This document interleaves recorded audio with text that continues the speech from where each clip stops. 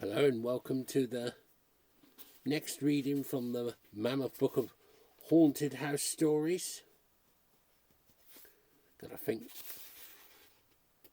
it's 9, 10, 12, 18, 19, 20, 21, 24.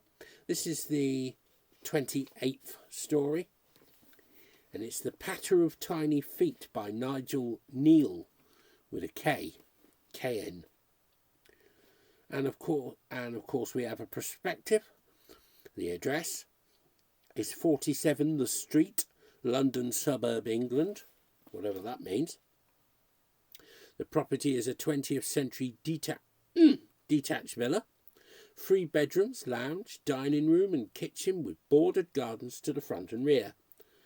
And the viewing date is autumn 1955. And the agent is Nigel Kneale, who was born in 1922 and was living at the time of the publishing of this book, which was 2005, a revised edition of the original publishing in 2000. So Nigel Kneale was born in Lancaster in Lancashire and trained to be an actor at the Royal Academy of Dramatic Art. He worked for a while on the stage before turning to script writing and has become one of the most challenging and modern television playwrights. Kneale came to public attention with the Quatermass science fiction serials in the 50s, and was also highly praised for his supernatural dramas The Chopper, 1971, about a biker's ghost, and The Stone Tape, 1972, with ghosts being seen as apparitions of 20th century technology. The Patter of Tiny Feet, one of his rare short stories, features a poltergeist in the most everyday of settings. "Hold on for a moment. Don't knock," Joe Banner said. "Let me get a shot of the outside before the light goes." So I waited while he backed into the road with his Leica. No traffic, nobody about but an old man walking a dog in the distance. Joe stuck his cigarette behind one ear and prowled quickly to find the best angle on number 47. It was what the address had suggested. A narrow suburban villa in a forgotten road, an old maid of a house with a skirt of garden drawn round it, pardon me, keeping itself to itself among all its sad neighbours. The flower beds were full of dead stems and grass. Joe's camera clicked twice.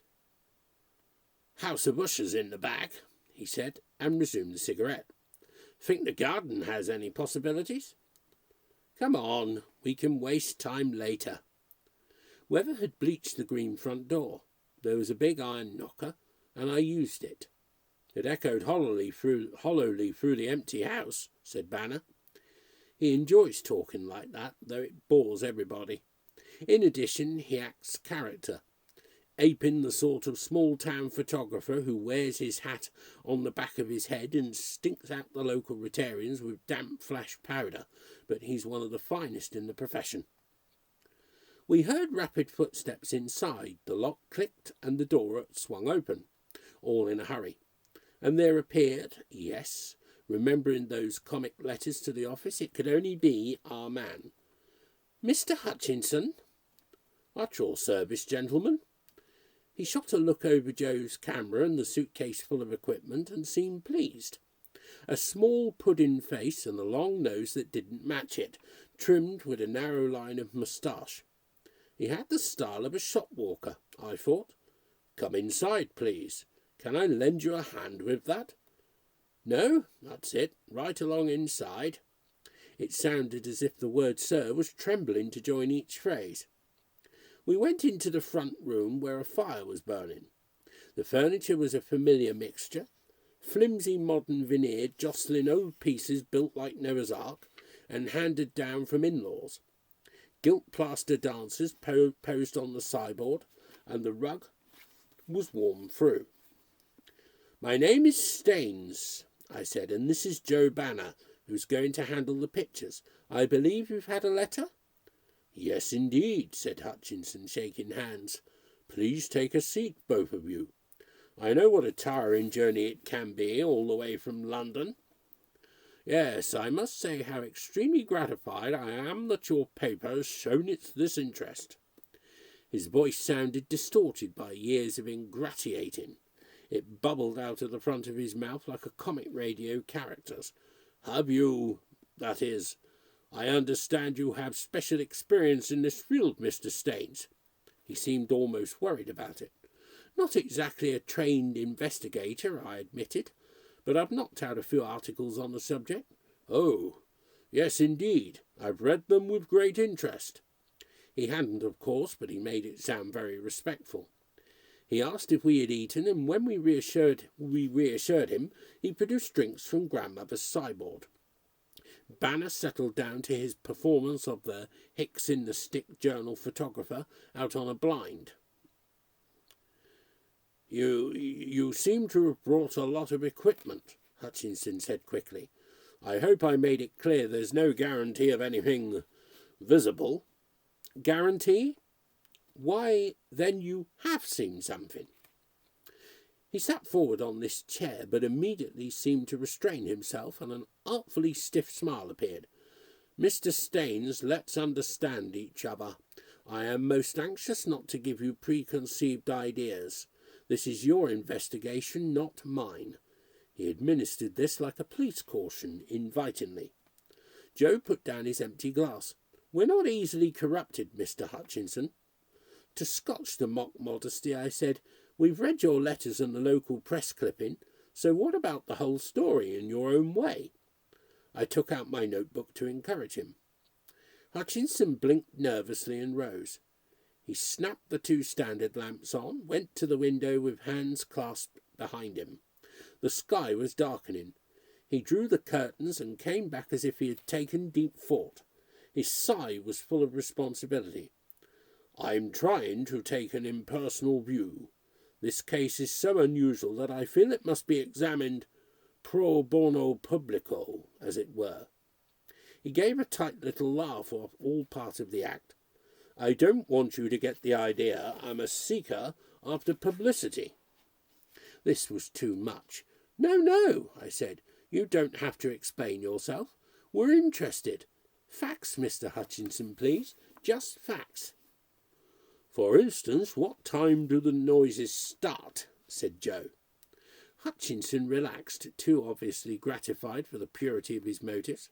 He glanced at his watch brightly. "Oh, it varies, Mr. Banner. After dark, any time at all after dark." He frowned like an honest witness. "I'm trying to think of any instance during daylight, but no. Sometimes it comes early, often near midnight, occasionally towards dawn. No rule about it, absolutely none. It can continue all night through."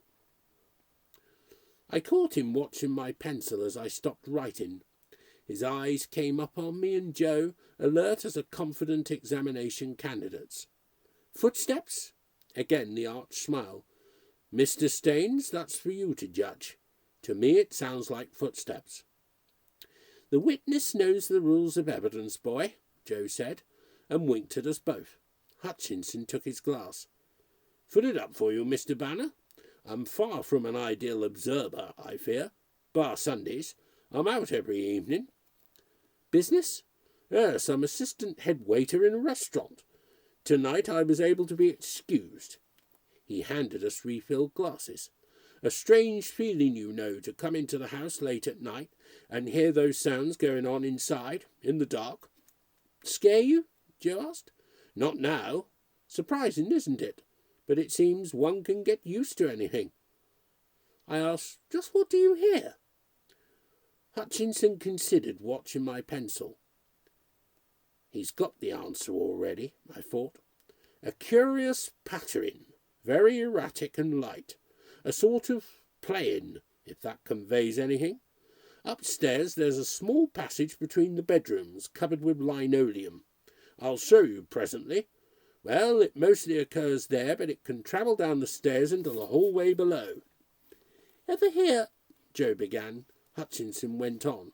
"It lasts between 30 and 40 seconds. I've timed it. And in a single night I've known the whole thing to be repeated up to 12 times." A rat in the ceiling, Mr. Hutchinson? Joe finished. They can make a hell of a row. Yes, I've heard rats. This is not one. I frowned at Joe. This was routine stuff. Mr. Hutchinson will agree on that. Look, in your last letter you said you had a theory of profound significance. Yes. Why don't we get on to that then? He whipped round instantly, full of it. My idea is, well, it's a terribly unusual form of the case of a projection. How can I put it? It's more than a theory, Mr. Staines. He had all the stops out at once. His hands trembled. Hold it, Joe called and reached for his lighter. I'll be making an odd shot now and then, Mr. Hutchinson. Show you telling the story, see? Hutchinson's fingers went to his tie. You were saying? I turned over a leaf of the notebook. Well, I can vouch for this house, you know. I've lived here for many years, and it came to me from my mother. There's absolutely no history attached to it. I could believe that. Until about 6 years ago, I lived alone. A woman came in to clean twice a week, and then I married. He said this impressively, watching to see that I noted it. A strange person, my wife. She was only 19 when we married, and very unworldly. He drew a self-conscious breath. Distant cousin of mine, actually, very religious people. That's her photograph on the mantelpiece. I took it down.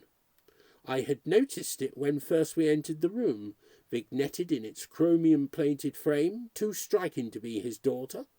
It was a face of character, expressive beyond mere beauty, an attractive full-lipped mouth, eyes of exceptional vividness.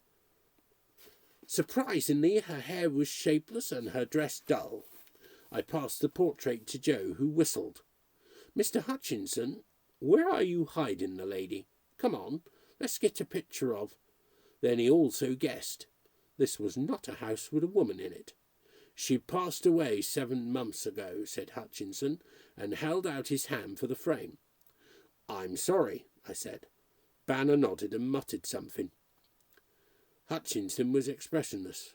Yes, he said, I'm sorry too. Which was an odd thing to say, as there was evidently no sarcasm in it. I wondered why she could have married him.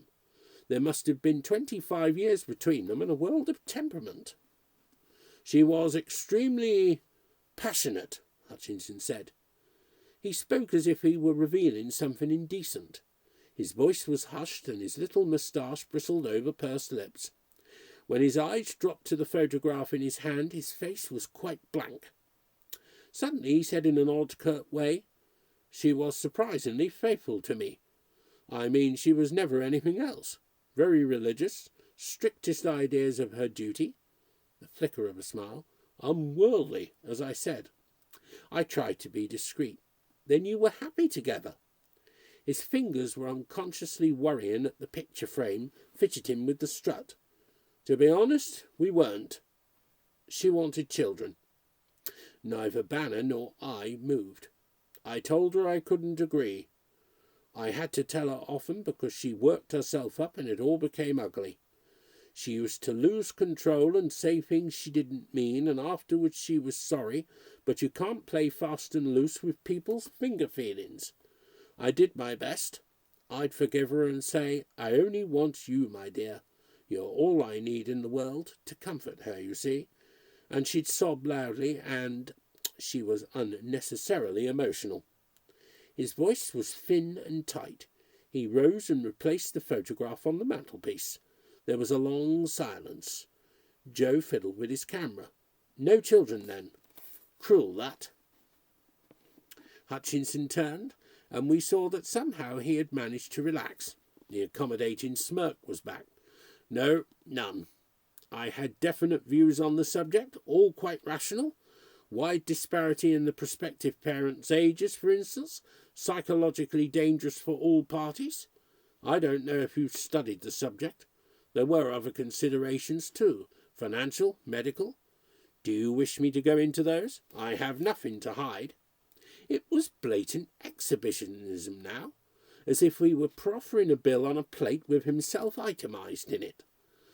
There's a limit even to journalists' curiosity, I said. Hutchinson was ahead of me, solemnly explaining. Now, this is my theory. You've heard of poltergeist phenomena, of course. Unexplainable knockings, scratchings, minor damage, and so on. I've studied them in books, and they're always connected with development, violent emotional development in young people. A sort of uncontrolled offshoot of the personality. Do you follow? Wait a minute, Joe said. That's taken a lot for granted, if you like. But I remembered reading such cases. One, investigated by psychical researchers, had involved a 15-year-old boy. Ornaments had been thrown about by no visible agency. I took a glance at the unchipped gilt dancers on the sideboard before Hutchinson spoke again. No, my wife may not have been adolescent, but in some ways she was, so to speak, retarded. He looked as pleased as if he had just been heavily tipped. If that was pure intellectual triumph, it was not good to see. Then the sounds began, Joe said, while she was still alive. Hutchinson shook his head emphatically. Not till 3 weeks after the funeral. That's the intriguing part, don't you see? They were faint and unidentifiable at first. Naturally, I just put down traps for rats or mice. But by another month they were taking on the present form. Joe gave a backstreet sniff and rubbed a hand over his chin. Hell, you ask us to believe your poltergeist lies low until nearly a month after the medium, shall we say, is dead. His cold-bloodedness was fascinating. Joe looked across at me and raised his eyebrows. Gentlemen, perhaps I'm asking you to accept too much. Well, we shall see. Please remember that I am only too happy that you should form your own... Hutchinson's voice dropped to a whisper. He raised his hand. His eyes caught ours as he listened. My spine chilled. Somewhere above us in the house were faint sounds, a scuffling. That's it. I tiptoed to the door and got it open in time to hear a last scamper overhead. Yes, it could have been a kitten, I thought, but it had come so promptly on cue. I was on the stairs when Hutchinson called out as if he were the thing's manager. No more for the present. You'll probably get another manifestation in 40 minutes or so. Coup for the next performance, I thought. I searched the staircase with my torch. At the top ran the little passage Hutchinson had described, open on one side with banisters, and on the other a dark papered wall. The linoleum was bare. There was nothing to be seen, nor any open doors. The very dinginess of this narrow place was eerie. Downstairs I found Joe feverishly unpacking his apparatus. Hutchinson was watching, delighted. Anything I can possibly do, Mr. Banner? Threads across the passage? Oh, yes. How very ingenious. You've your own drawing pins. Excellent. Can I carry that lamp for you? And he led the way upstairs. We searched the shabby bedrooms first. Only one was in use, and we locked all of them and sealed the doors. In half an hour preparations were complete. Hair-thin threads were stretched across the passage at different levels. Adhesive squares lay in patterns on the linoleum. Joe and 4 high-powered lamps ready to flood the place at the pressure of a silent contact. I took the Leica. He himself now carried an automatic miniature camera. 4 shots a second with this toy, he was telling Hutchinson, while I went to check a window outside the bathroom. I still favoured the idea of a cat. They so often make a habitual playground of other people's houses. The window was secure. I was just sticking an additional seal across the join when I sniffed scent. For a moment I took it to be from soap in the bathroom. Sickly, warm, strangely familiar. Then it came almost overpoweringly. I returned as quickly and quietly as I could to the stairhead. Smell it? Joe breathed in the darkness. Yes. What d'you suppose? Shh. There was a sound not 4 yards away as I judged it, a tap on the linoleum. Huddled together we all tensed. It came again, and then a scamper of feet, small and light but unmistakable, feet in flat shoes, as if something had run across the far end of the passage. A pause, a slithering towards us, then that same shuffle we had heard earlier in the evening. Clear now. It was the jigging, uneven stamp of an infant's attempt to dance. In that heavy, sweet darkness the recognition of it came horribly.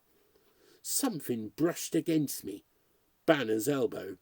At the very next sound he switched on all the lamps. The narrow place was flung into dazzling brightness. It was completely empty. My head went suddenly numb inside. Joe's camera clicked and buzzed, cutting across the baby footsteps that came hesitating towards us over the floor. We kept our positions, eyes straining down at nothing but the brown faded pattern of the linoleum. Within inches of us, the footsteps changed their direction in a quick swerve and clattered away to the far corner. We waited. Every vein in my head was banging. The silence continued. It was over. Banner drew a thick, raucous breath. He lowered the camera, but his sweaty face remained screwed up as if he was still looking through the viewfinder. "Not a sausage," he whispered, panting. "Not a bloody sausage." The threads glistened there unbroken. None of the sticky patches was out of place. "It was a kiddie," Joe said. "He has two of his own." "Hutchinson?" "Yes." The flabby face was white, but he seemed less shaken than we others. "How the hell did you—" Banner sagged against the wall and his camera dangled, swinging lowly on its safety strap. "Oh, it was moving along the floor. I could have reached out and touched— My God, I need a drink." We went downstairs. Hutchinson poured out. Joe drank 3 whiskies straight off, but he still trembled. Desperate to reassure himself, he began to play the skeptic again immediately. As if with a personal grievance, he went for Hutchinson. "Overdid that sickly smell, you know. Good trick. Oh, yes, clever, particularly when we weren't expecting it." The waiter was quick with his denials. It had always accompanied the sounds, but he had wanted us to find out for ourselves. This time it had been stronger than usual. "Take it easy, Joe. No violence," I said. He pushed my hand off his arm. "Oh, clever. That kind of talc, gripe, watery, general baby smell. But listen to this, Mr. Bloody Hutchinson. It should be more delicate, and you only get it quite that way with very tiny babies. Now this one was able to walk seemingly, and the dancing, that comes at a different stage again. No, you lack experience, Mr. H. This is no baby that ever was." I looked at Hutchinson. He was nodding, evidently pleased. "My theory exactly," he said. "Could we call it a poltergeisted maternal impulse?" Joe stared. The full enormity of the idea struck him. "Christ almighty," he said, and what grip he still had on himself went. He grabbed at his handkerchief just in time before he was sick. When he felt better, I set about collecting the gear. Hutchinson fussed and pleaded the whole time, persuasive as any door-to-door salesman in trying to make us stay for the next incident. He even produced a chart he had made, showing the frequency of the manifestations over the past 3 months, and began to quote books on the subject. "Agreed, it's all most extraordinary," I said. "A unique case. You'll be hearing from us." All I wanted was to be out of that house. "Ready, Joe?" "Yes, I'm all right now."